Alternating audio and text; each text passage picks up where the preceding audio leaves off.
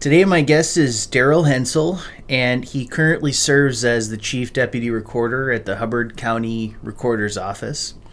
Veteran of the United States Air Force, where he served overseas for several years. He also has work experience at the North Country Auction, which he did that for 10 years. And he's been associated with various community organizations, such as the Hubbard County Historical Society, the Hubbard County Genealogical Society, North Country Museum of Arts, the Pregnancy Resource Center, and the Knights of Columbus. Correct. So welcome, Darryl Hensel. Thank you, Zach. Yeah, thanks for having me. Great to have you today. So, Darryl, did you grow up in Park Rapids? I grew up in Park Rapids. In fact, I'm living in the house where I grew up on, just west of town here, 7 miles.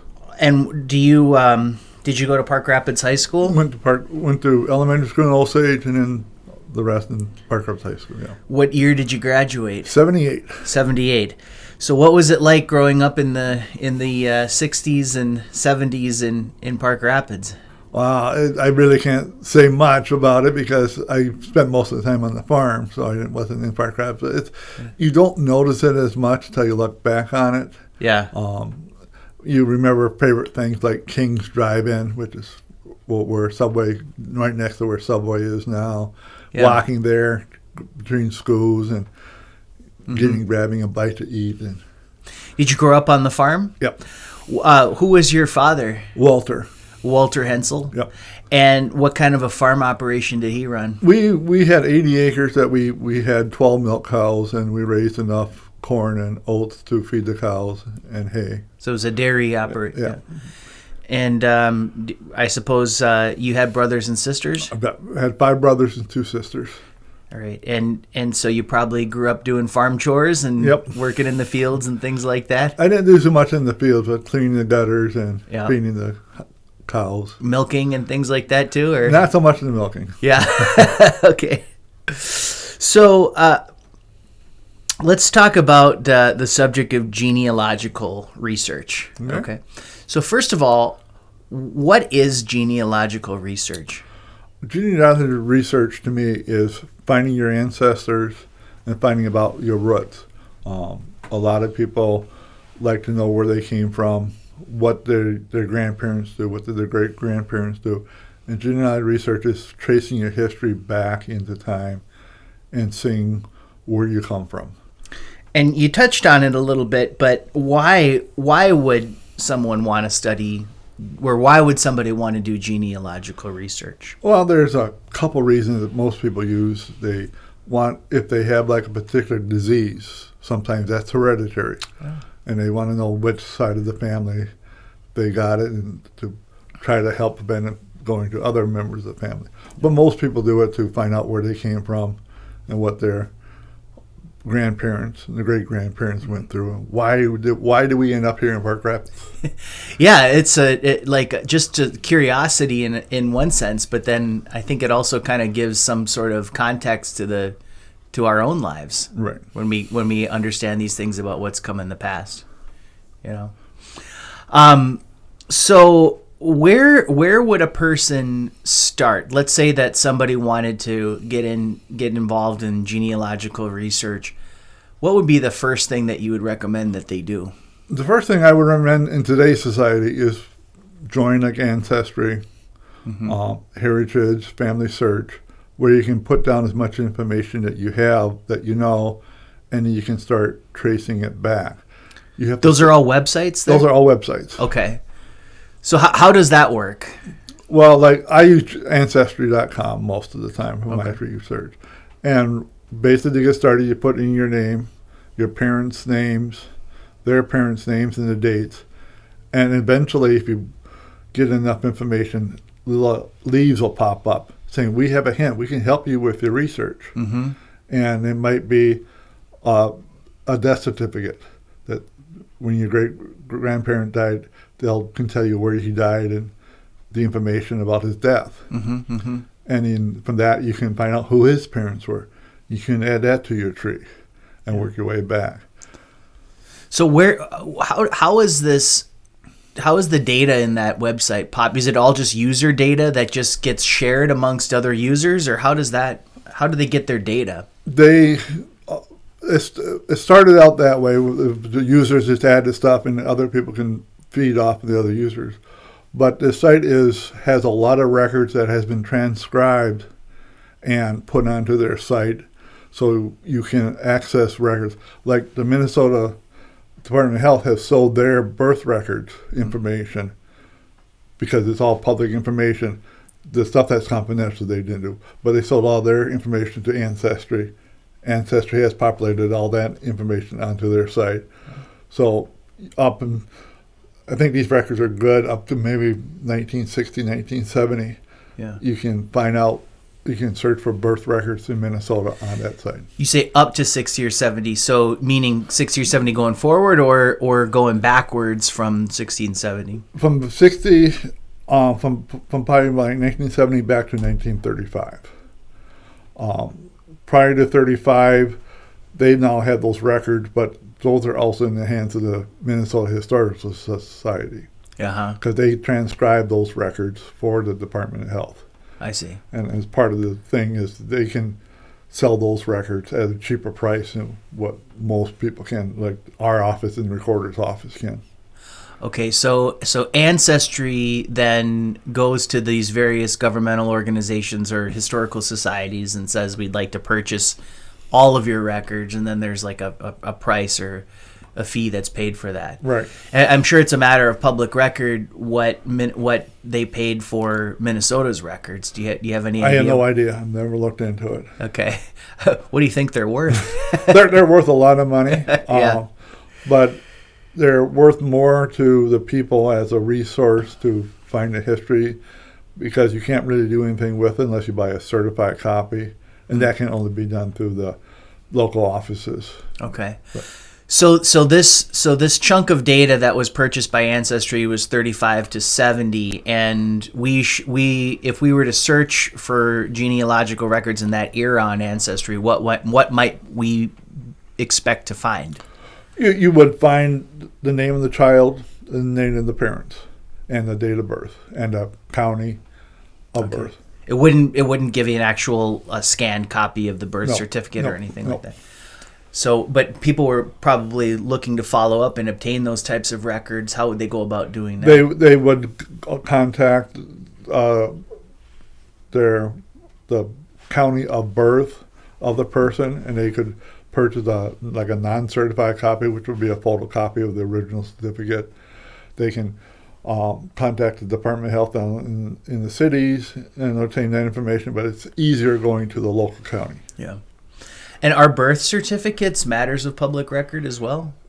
Birth certificates are all public records except those when the person was born out of wedlock. Then it's, by law, it's confidential unless the mother deems it to be public record. And that is the state of the law even today? Yep. And it's always been that way? I can't say it's always been that way, but that's an interpretation of the law today, so that is being applied backwards. Yeah. Because we have a lot of records that at one point was public records that we now have to treat as confidential records because they're now being interpreted as, whether it was the law or not before, is how we interpret the law today is that any record has to be. Okay. Wedlock is confidential. Yep.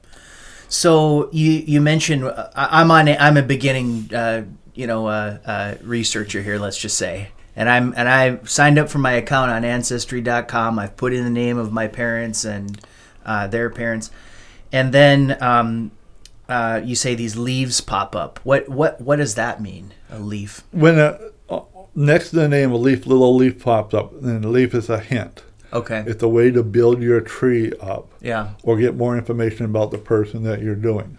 Do you pay per click on the leaf, or is it a subscription model? It's a subscription model. Okay. You can pay so much a month, or I buy a yearly subscription. Uh-huh. And they have different tiers that you can subscribe to. Do you always, so if the leaf pops up and you're a subscriber at the base tier of it, let's just say, you click on the leaf and then the hint will appear, and that'll lead you to your next task bit of information. Yeah. And which might lead you to add more stuff to your tree, or at least find out more about the person in question. Okay. Given that this process is all computerized and automated these days, how much could a person expect to learn about their genealogy on the first day of being a subscriber to something like Ancestry.com? It depends on how much you know to begin with. Okay. If you know your parents' name and they're both alive, you're probably not going to learn much more than that. If you know 2 or 3 generations, at least their names, you could get a lot, because especially if the person is dead, there's much more information that you can find out about the person because of the way they allow the records to be populated. I see. Okay, so there are privacy concerns, of course, for people who are alive, right. But then those just don't exist for people who are deceased. So, I guess United States is, been referred to sort of as a country of immigrants, or that, basically, at least when it comes to the European populations and things like that, we all basically, or our ancestors all came here from Europe, or, it doesn't necessarily have to be Europe, but it could be Africa, Asia, wherever the case may be. But generally speaking, there are always these certain ports of entry, or when I was thinking about this, I was kind of thinking about, if you think about the funneling process of this all, they all kind of probably get funneled over to a place like, say, Ellis Island or something like that. So what are the common sort of points where you start to see massive numbers of people who entered into the country in various periods of time? Well, Ellis Island is the biggest one. Baltimore was a popular one before Ellis Island. Even I had some ancestors even come through New Orleans. Okay. And then San Francisco on the west side of things for people coming from Asia area. Yep. But Ellis Island, and what you have to know your time frame, like you mentioned, because Ellis Island didn't really get started until the mid-1880s, 1890s. My ancestors came through 1830, through Baltimore, 1840, through New York, but not Ellis Island. Yeah. So what were the years of operation of Ellis Island? I don't know off the top of my head, but it was like 1890 to 1910 or so. Okay. So it wasn't really that long of a period of time. No. Yeah. So you see a lot of people coming through there, and then there was a port of entry in Baltimore. Right. That's interesting. So the immigrants that came, I guess, earlier than the Ellis Island era,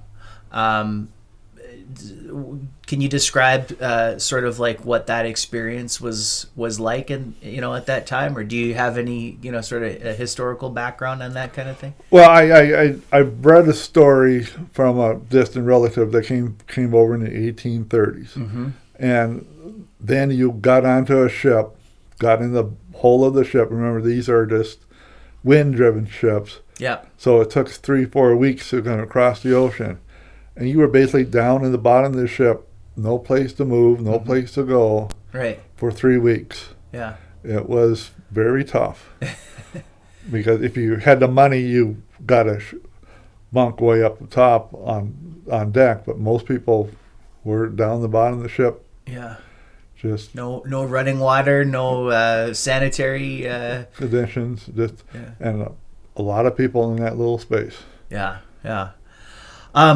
So now, before we go too far afield on that, I wanted to ask, as far as their genealogical research is concerned, where do most people stop, or where do they usually find kind of where are they satisfied saying we're done with this process? Well, I think most people stop at the great-grandfather or great-great-grandfather. They go back 100 years or so. I tend to go back farther. Most of my lines I've got back to like the 1700s. Yeah. Great, like 6 times great-grandparents. It's usually when they come over to the United States. It's when you start going back into Europe and looking for records. You have to know the language, and most people don't read the languages from over there, so they can't trace it. And if you even do, German, which most of my answers were, switched the way they wrote the letters. They, in about the 1870s, 1880s, they switched their handwriting. And you have to know the old German to be able to read some of the old records. Oh, that's interesting. So yeah, that you led me right into my next set of questions, which is that let's say we've got it all the way back to the 1830s or the 1880s or whenever there was the first generation of immigrants to the United States. I was going to ask you, how do you go beyond that into Europe? And then I was going to ask you if you understood the German language, and it sounds like you do. I understand enough for genealogy purposes. And what one nice thing about Ancestry is they have a lot of the Mormon church's records online, the films, where you can actually look at the old microfilm versions of the data, the scanned copies of all the records from over in Germany, Italy, and stuff. What does that have to do with the Mormon Church? The Mormon Church, the Church of Jesus Christ of Latter-day Saints, basically is the leading source of information. Their mission, part of their belief is that to be able to get into heaven, you have to be able to track your ancestries. Yeah. And they have the world's largest collection of microfilm, which is now being converted over into scan images in the world of genealogical records. They went through Europe and microfilmed all the church's records that they could, all the civil records. They even are doing it today in America. We've had a Mormon guy come in here about 10 years ago, index our first 10 years of land records prior to 1900. It's not available yet because they're waiting for a few years to so everybody is known to be dead, and then they will put that stuff available online for people to look at the old land records. Okay. So start over again with what you were saying about the Mormon Church and getting into Europe. Getting into the European data, because I didn't have that bit of context, and it kind of threw me for a loop there. Yeah. Well, with Ancestry, you can put in a location. Okay. If you know where your ancestry came from. In Europe. Put in a location and search what records they have in their microfilm versions. Okay. And then look at the microfilm for those records. I've done extensive research in my folks. My line came from Popiel, P-O-P-I-E-L, which is now inside Poland. At the time, it was in Prussia. And I've looked at the birth, death, marriages from about 1840 to 1870. Those are all available online in the Ancestry. You can pull them up and go through them, each one line by line, and see if you're related to the people or not. That's interesting, because that's another reason for genealogical research, is not just to learn about your past, but also to find relatives. Right. Yeah. So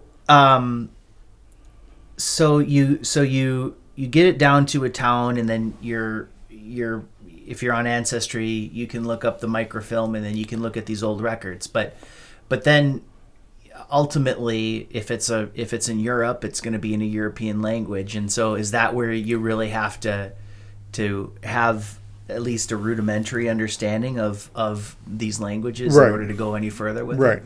Okay. Of course, there's so many families and family lines that go back all from, not just, country Germany, just using that as an example, but, anywhere else. How far back is it possible, if you could just say, like, to do the extreme, like, let's say you were, the King of England or something like that, how far back could you possibly go in order, if in all lines of genealogical research? Well, I have had people claim, I've seen records where people claim to been related to Pontius Pilate. Really? Yep. Okay.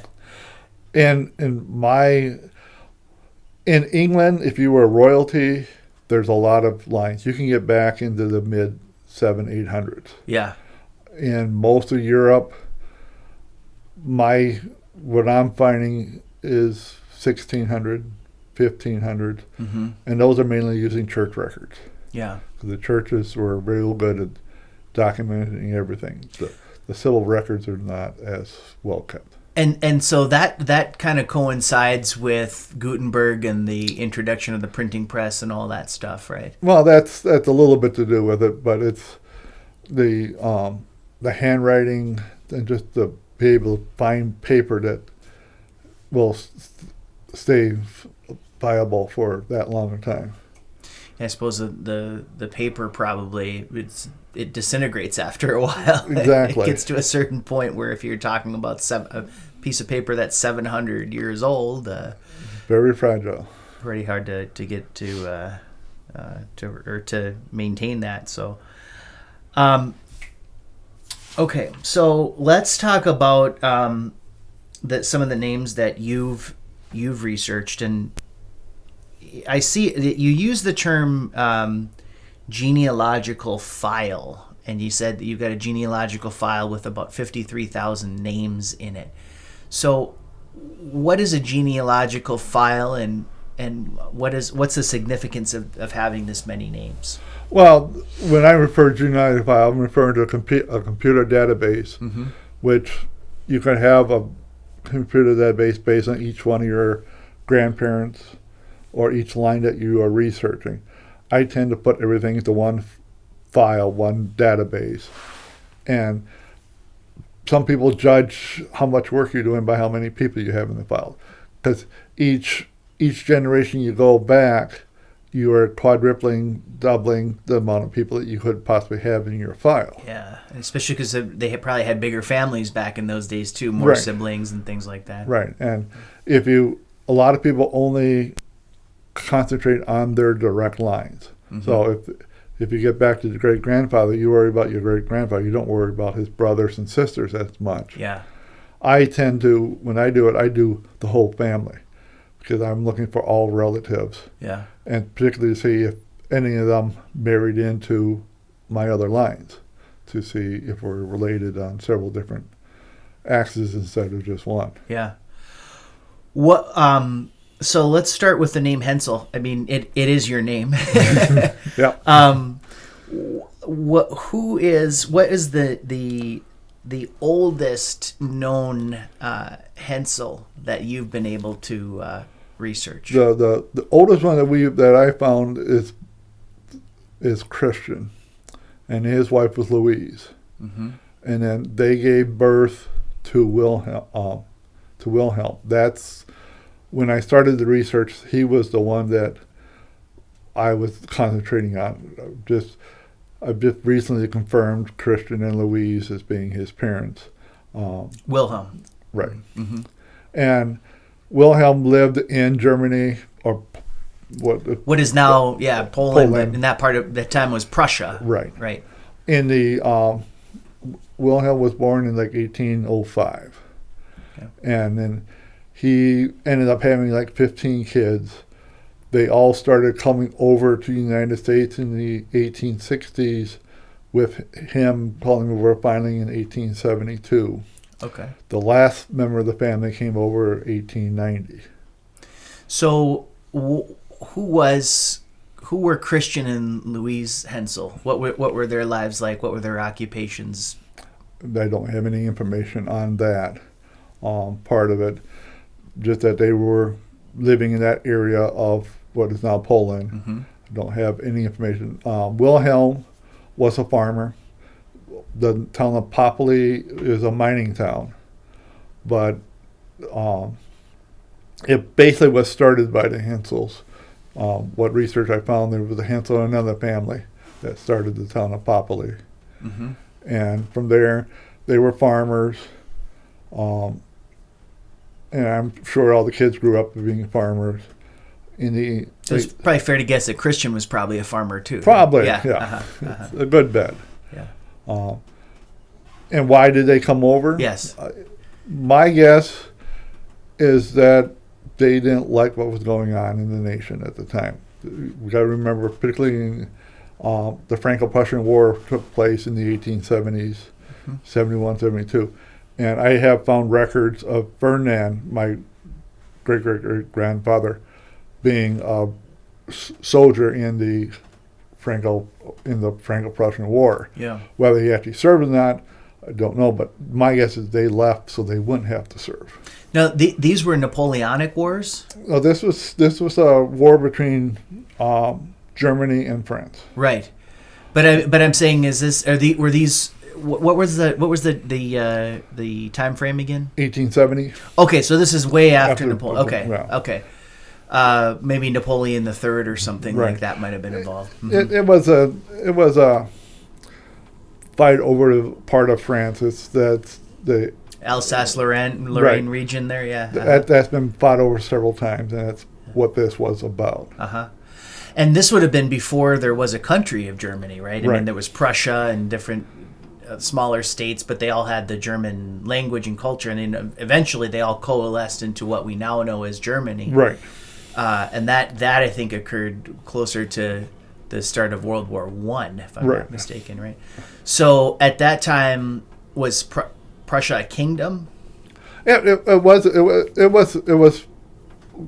controlled by Wilhelm the Great. So it wasn't really a kingdom, but it was a Tsar, like a chancellor. Okay. Like a president. So it was more or less a confederation.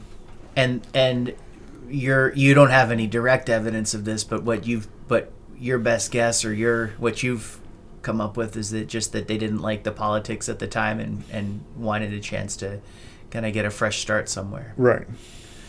So, do you have any idea, sort of the route that they took to get to Baltimore? They went from I don't remember the ships that they took, but what it took when it left Germany, Poland area, to England, to United States.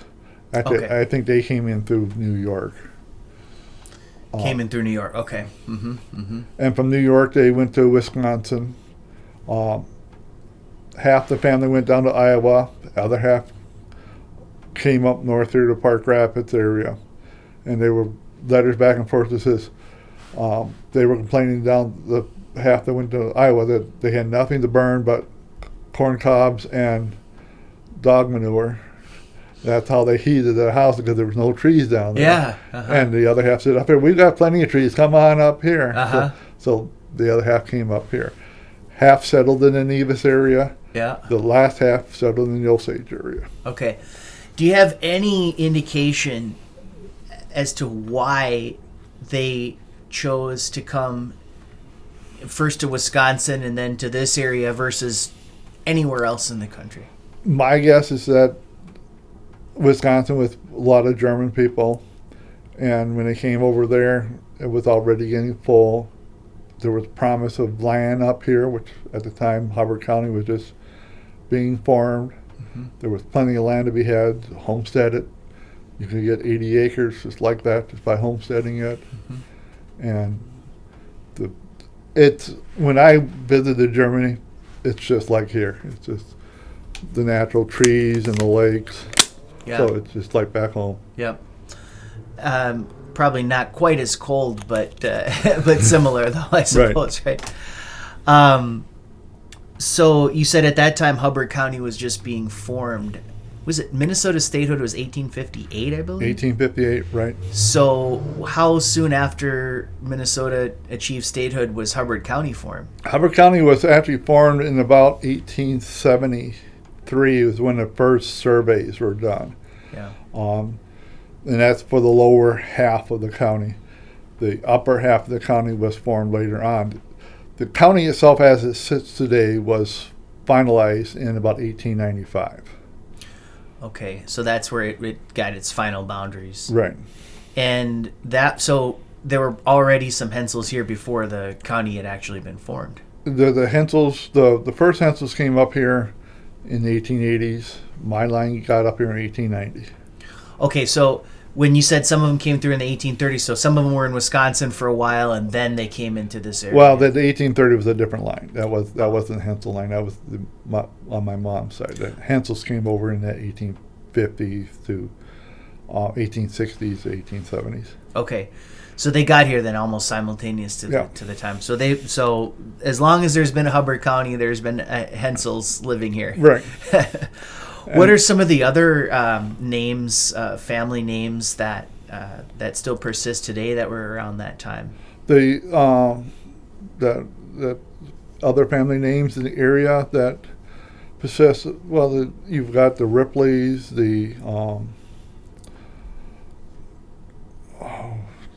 so many different names to think of. I really Truffs was a family from that time frame. Yeah.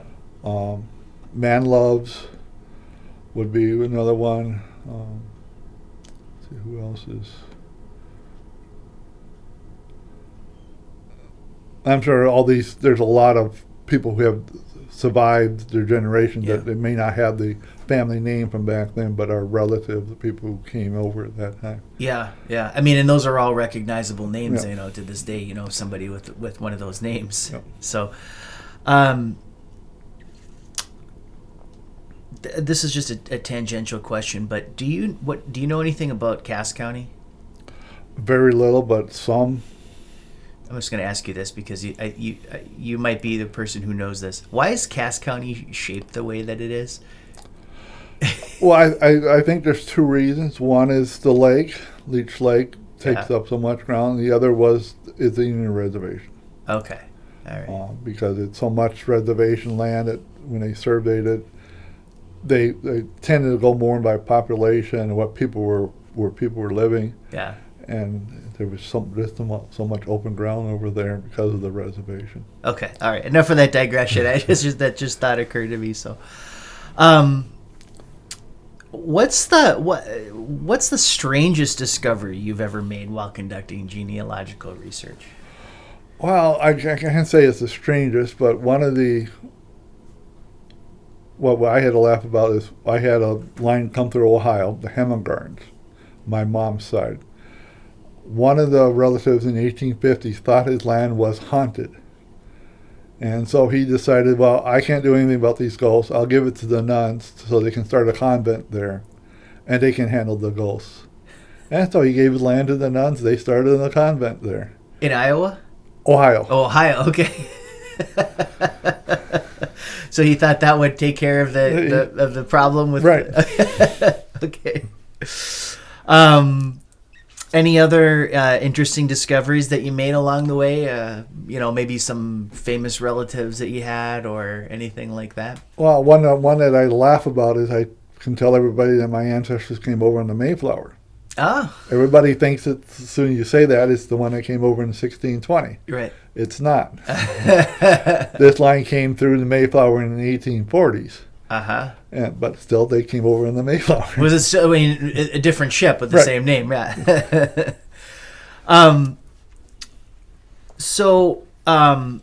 You also do some work in the cemeteries and recording grave sites and things like that. So what does that entail? Well, right now I'm the sexton of the St. Peter's Cemetery. And before that, I worked on this Greenwood Cemetery Board. Mm-hmm. And I have walked every cemetery in Hubbard County and half of Becker County. This is the day before Find a Grave, where I would actually go out, write each name down, birth dates, death dates, relative names, and put it on a good database so people could find where their relatives are buried at. Mm-hmm. And I find it very interesting looking at each of the stones. You see the big stones, you see the little stones. Mm-hmm, mm-hmm. And what are some of your observations on that?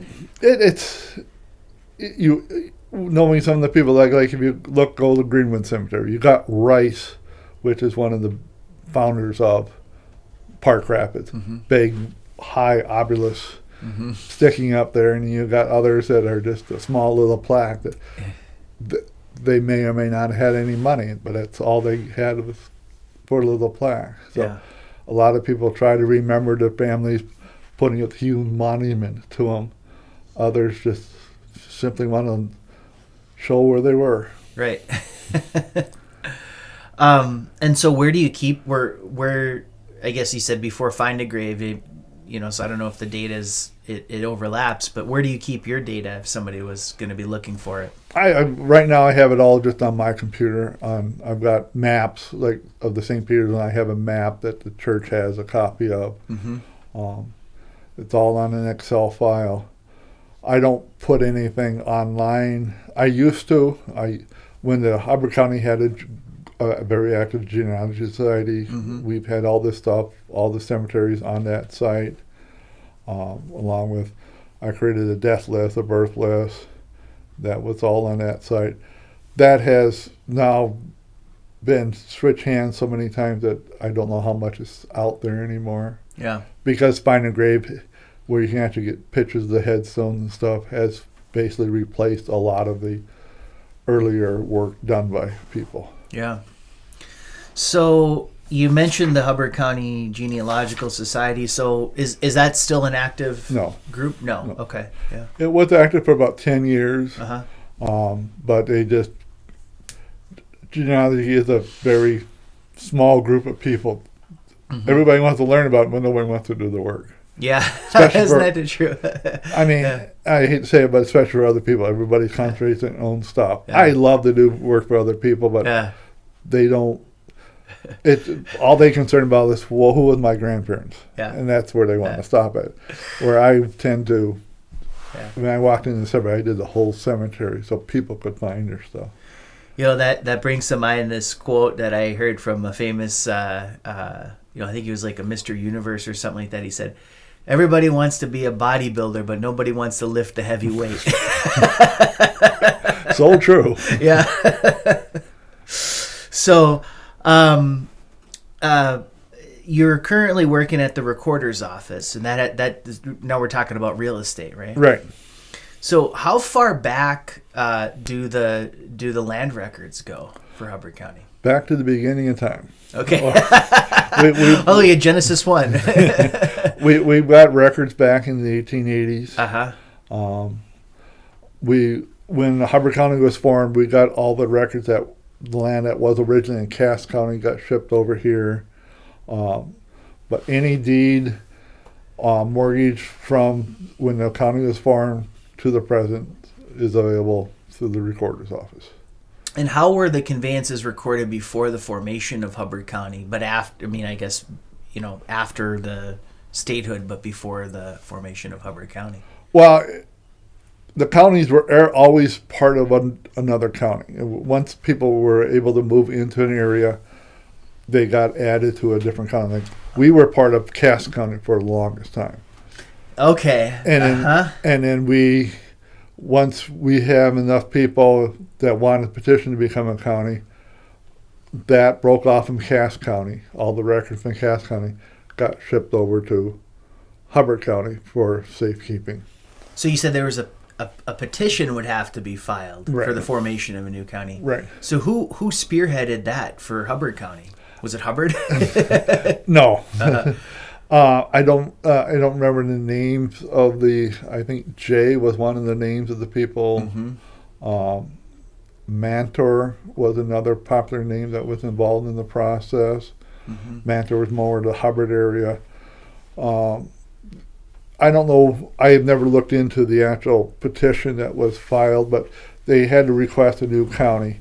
They called it Hubbard because of the Hubbard was the governor at the time. And so that would be a good way to if you're trying to there's a story from How to Win Friends and Influence People about a guy who was trying to sell cars to somebody, or it was Carnegie. He was trying to sell steel to some kind of a car manufacturer, and he named the steel factory after the guy. Right. So it sort of sounds pretty good. Like if you're going to make a petition to the governor to form a new county, saying, "Hey, let's call it the Governor Hubbard County." Exactly, and that's why Hubbard is called Hubbard. They wanted to be the county seat. Says, we'll name it after you if you make us the county seat. and it would have probably had a chance, except when the railroad came through, they said, "We're going to go up this way. Sorry, Hubbard, we're not going to go through you. We're going to go up the Park Rapids." Yeah. And that basically killed Hubbard's chances. Wasn't there some sort of a factory or something in Hubbard too at some point? I'm sure there was. Yeah. They had a big mill. Yeah. That when it collapsed, when the dam came out one time. Hubbard was a big town at once upon a time. Yeah, yeah. Because it was right on the Oxford Trail, the trail from Ferndale up to Crookston over to Fargo. Yeah. Where they used the ox cart to move all the stuff before the trains came through. Oh, okay. Huh. I'm sure you're familiar with Shell City. Have you heard of Shell City before? Yep. Okay. Was that a municipality? Yes, it was. Yeah. So for those who don't know, it's kind of looked at as sort of a ghost town now, right, in the area or something like that. Yeah. Right? All that's left there is the cemetery. Yeah. And some of the foundations. Have you ever gone over to that cemetery and tried to make any recordings there or anything like that? No. Yeah. So the conveyances go back all the way to the 1880s when at the formation of Hubbard County. Before then, they were part of Cass County records and things like that. But when they were first, I'd say if you even were going to trace it back further than that, was all the land at one point owned by railroads, or I mean, how or did it go from the property of the U.S. government and then directly to individual landowners, or how did that process work? All the land originally belonged to the U.S. government. Okay. They hired the surveyors to come out and to set up the sections and townships. The township being 6 miles by 6 miles. Mm-hmm. And then when the Homestead Act came into effect, you could go in and buy 80 acres, 40 acres, wherever you want, so much on the acre. After the Civil War, they started the Homestead Act, where if you went and lived on the land and improved the land for 5 years, it became yours. Mm-hmm. And that's how most people up here in Hubbard County got started. They came up here, settled on the land, improved it, and got what's called a land patent. That was the first document on any land. Land patent, right? Okay. So you prove the land by living there 5 years. Right. When you get there, what you said it was an 80-acre piece that you get? All right. And you get there in year one, and basically that's your 80 acres to the exclusion of all others, although it's subject to you proving the claim and improving it and so forth. Right. And then at the end of that time, it would be yours, and that would be sort of the first conveyance from the U.S. government to whoever that person is. Right. So, and a lot of Hensels did that. Right. Yeah. So, how many 80-acre pieces are there in a township? Well, each mile square is there's 280s in each quarter, 4 quarters in a mile. So there's 640 acres or 880s. 880s, yeah. Okay. In just a mile. Mm-hmm. Each township is 36 miles. Oh, okay. So that's quite a lot of 80-acre pieces there. Right. Yeah. And did the Hensels kind of tend to get their pieces close to each other and things like that as well? The ones out in Osage did. They had 380s. Well, they ended up with getting a mile square at once upon a time. But they all 3 were right next to each other. Mm-hmm. The Nevis bunch I haven't traced back to exactly where they are, but the interesting part of that is where Dorset is now. Yep. Was the west side of Dorset. Let's not talk the east side because it's different. Mm-hmm. The west side of Dorset was owned by Hensel, and he did the after plat. Oh. Up until the railroad, it was called Henselville because it was his land. Uh-huh. The railroad came through one day, put it beside it, said Dorset, because that's what they wanted to call it. And so they didn't want to argue, so they just, when they did the plat, they called it Dorset, because that's what the railroad called it. Any understanding why the railroad wanted to call it Dorset? Not really. They just liked the name. Yeah. Okay. So, do you know anything else about the sort of the lives of those early Hensel settlers here? I mean, and just in terms of what kind of houses they lived in, and how they got through the winters, and were they able to sustain themselves with farming primarily? Or they were mainly farmers. Mm-hmm. In fact, the house that my that when they first came up and they built the house, that house was still standing up until about 10 years ago. So they built it in 1890, two-story house. It stood until about, what, this is 2020, about probably 2018 or so. Wow. Yeah. So where was that? Over in the Osage area, if you go up to County 48, and then about 6 miles west. Did it just fall down, or what happened? They actually burnt it down. It was no longer inhabitable, and they just wanted to put up a shed and stuff to use for family gatherings. But is it still owned by a Hensel, that piece? Yeah. Oh, all the descendants got together and made a LLC that they're currently owns the property. Oh, that's really cool. And so you guys have family gatherings and stuff out there? Yep. I bet you, though, you took a few pictures before it went down. Yep. Yeah. That's neat. Do you have any other of those old buildings out there that are still standing? Well, like the house that I'm living in is actually a house that was built about 1900. Mm-hmm. That it changed its shape, because back then everybody had porches screened in, and the porch is gone, but the same basic structures is there. Just rough estimate, how many Hensels are there who live in Hubbard County today? I don't know of how many lives in Hubbard County. We had a family reunion back in 1995 of all the Hensels that we knew of the time that came over together. Yeah. That there was one bunch that stayed in Wisconsin. The rest came up here. Yeah. There was some 500 we actually had 300 people there, and between 500 and 700 actual descendants that I had documented. Wow. So throughout all your study of the Hensel family, going back all the way to the 1800s, all the way to today, do any sort of Hensel family characteristics emerge, or anything like that you could share? I don't know about characteristics. Yeah. They're so, by this time we're so diverse. And, right. The only interesting thing, and you're never going to prove this right or wrong, DNA sort of tends it to be true. Right. There's an old story that the Hensels are actually not German, or they're actually Danish. Ah.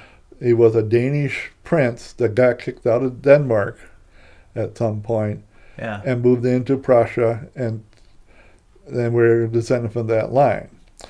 And why I say through DNA, we always believed that we were 3/4 German and 1/4 Scandinavian. Right. When I took the Ancestry DNA test, I now come up with 50% Scandinavian and 30% German. Wow. And I mean, I've got other lines that I know are definitely German lines. So. And are those pretty reliable? Those that's a DNA test. That's a DNA test. Yeah. For the most part, they're reliable. They're still, to be truthfully honest, in its infancy. Because when I first took this test, it was 49 German, 30 Scandinavian. And as more and more people take the test and trace their ancestries, they're changing the numbers to match what people can prove. Yeah. Not what they can just say. It's what they can prove. Yeah. That's interesting, because you're not the first person who's told me that, a story that kind of goes like, we all thought we were X, but then when we took the DNA test, it turns out that we were Y. Yeah. So what I kind of learned from that is that it seems that there was a lot of movement within Europe, even back in those days and things like that, that they weren't just because they had a German last name, say that they were definitely ethnically German in all 100% or things. And I can see that with all the wars that fought over there, and even the Black Plague people had to move because towns got wiped out. Yeah. So I want to just shift gears here a little bit, and I saw on your bio there that you were a baseball man.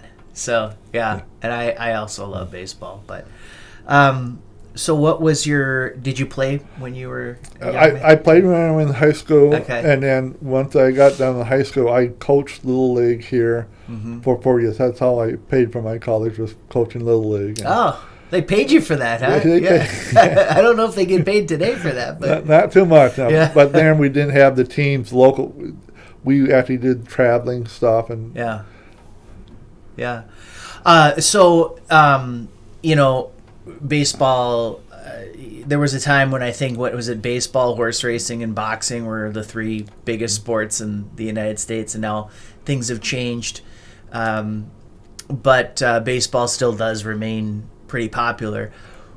In Minnesota, we have this phenomenon that I don't know if they have it at other places, but it's this whole town ball idea. Did you ever get involved in any of that or anything like that? No.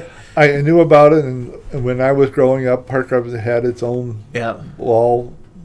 At first we had it, and then we lost it, and then we had it again. Yeah. So we have it again now. Yeah, and we have it again now. It was lost for a while. The E-Sox. Yeah. Do you follow the professional game? I watch them. I don't pay a lot of attention to the standings, but I tend to follow the Twins. Yep. And I have this persistent question that I've been asking. I've been asking myself and others for about 20 years about Cy Young's record, which is 511 wins. Is it possible that this record will ever be broken? Not in the current play of the game, though.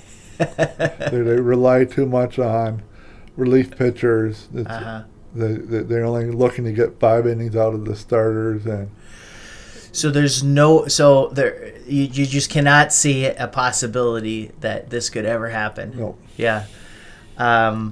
Unfortunately, I tend to agree too. Although I used to try to say that if a person was 18 years old and they won 20 games every year for 5 years, they would have their first 100 under their belt.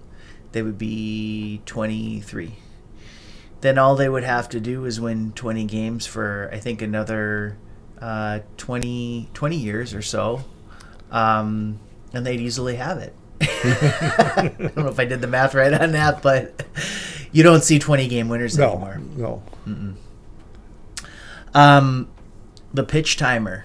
Do you think that's an improvement in the game today? I think it is. It definitely speeded up games a little bit. Mm-hmm. It put more pressure on the pitcher to make better decisions of what he's doing. Yeah. I like the pitch count. I particularly probably don't care as much for the designated hitter rule, because everybody loaded up with big home run hitters instead of playing a strategy ball. I'd rather play a strategy ball game. Yeah. And then just go out and try for the fences each time. And so you do umpiring now, right? I used to. I gave up a few years ago. Okay. What do you think about this idea, this trend that's been kind of discussed now about the idea of replacing a human umpire with a computerized strike zone for calling balls and strikes behind home plate? I'm actually for it, because being an umpire, you realize how much you missed. Yeah. And how much every umpire has a different strike zone. Yeah, you can always play to the umpire strike zone, but it's so, if it was one set thing in stone, it would be a lot easier to learn how to play the game, instead of, especially the young, when you got inexperienced umpires. You've got strikes up above the eyes and at the ankles. How you going to learn when to swing and when not to swing? That's all they're going to give you. So the ultimate, you wouldn't, it wouldn't bother you if umpires were just completely replaced by, even for the bang bang plays and stuff like that, first base and. I think you need to keep the umpires involved in the game. I don't think even the bang bang plays, as we're finding out with the replay in football, you're not going to ever get it right, because if you try to slow it down or speed it up, it looks differently. Yeah. And the computer is only as good as its programming. No, that's true. Yeah. Shohei Ohtani just signed a contract yesterday, I believe it was, or at least it was reported for the first time yesterday with the LA Dodgers. for $700 million over 10 years, which makes it the richest contract in the history of sports. What kind of impact do you think a player like this has on the game, and just the impact of the contract itself?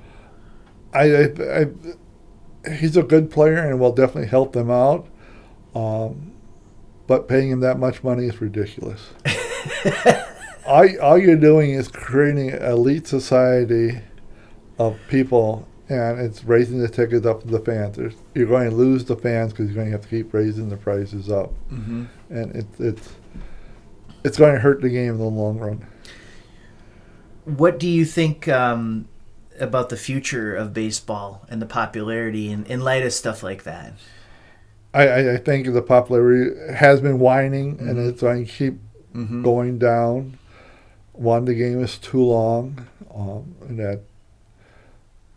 and if it's not, it's made to be a sporting event, not enjoyable. I like the minor league setup. Have the activities for the fans. Make it a family affair, not just watching those 18 guys out there in the field. Yeah, that's something you should keep an eye on, but keep something active elsewhere so that people can have things to do. It's what we're missing is the talking to each other about the game. You don't know who's sitting next to you unless you bring a big group with you, and that whole interaction of the fans is not as active as it used to be. Yeah, and that's probably due to the fact that it's sort of like a chicken or egg thing, because you know it used to be so much more popular. But I still find myself sometimes I will go to games by myself. I'll go down to the cities and I'll sit there for a whole 3-game series and just start chatting with whoever's sitting next to me. But you do see less of that, and it's been in certain markets are I think more baseball markets than others. I think ours is sort of kind of down in the middle there somewhere. But you touched on a little bit though with the payment of these $70 million average annual value contracts. Would you advocate for a salary cap in baseball? It's I don't know if you can go for a salary cap. You just have to. You have to somewhat try to. And probably the only way to do it as a salary cap is to keep the teams competitive. You can't have one team buying up every star player and trying to make a go of it. Because, they just paid this guy $700 million. What supporting cast are they going to be able to give him? It's the Dodgers, so but and teams like the Yankees, who they have a semi cap now. But they make so much money off their TV rights that they can pay the fine. They don't. It means nothing to them. And if it doesn't mean anything to management, how are they ever going to get them to change? Right. And I think that's another thing that's kind of shifting down the baseball landscape is this whole issue with the TV rights and that it not being mandatorily included in the standard cable package, which is going to definitely bring down the value of these television contracts. So that there's going to be some challenges coming up in maintaining these payrolls, but it just seems insane to me that in that era or in this in this present day reality when we're talking more about a la carte choices and hardly anybody's got an old cable set top box that sits on their TV where you're just given ESPN or whatever the case may be, that they're going to be able to generate that kind of income off of TV contracts, but yet we have $700 million for sure. he can pitch too, so it's kind of like having two players. But I heard he wasn't going to be able to pitch until 2025 anyway. So, all right, Darryl, I'm going to ask you the same question that I've asked everybody pretty much up to this point is sort of a closing question. But what advice would you give young people today? What advice would I give young people today is know what you want and go for it. If there's so many opportunities out there that people don't take advantage of, they get themselves locked into a routine and don't ever change. My former boss just took 2 years off to be with her family. And she said that was the best decision she ever made. She could have stayed working, going for the money, and not been happy. Mm-hmm. By taking some time off doing what you want to do, she's more happier. There's still opportunities for her now, doing what she likes to do, and she broadened her horizon by taking the time off. Yeah. So don't get stuck where you are. Mm-hmm. Open your eyes. All right, that's great advice. Well, Darryl, it's been a lot of fun talking to you today about genealogy and other topics, including baseball. And yeah, it's been a pleasure. So thank you very much, Darryl Hensel. You're welcome, Zach. Thanks for inviting me. All right.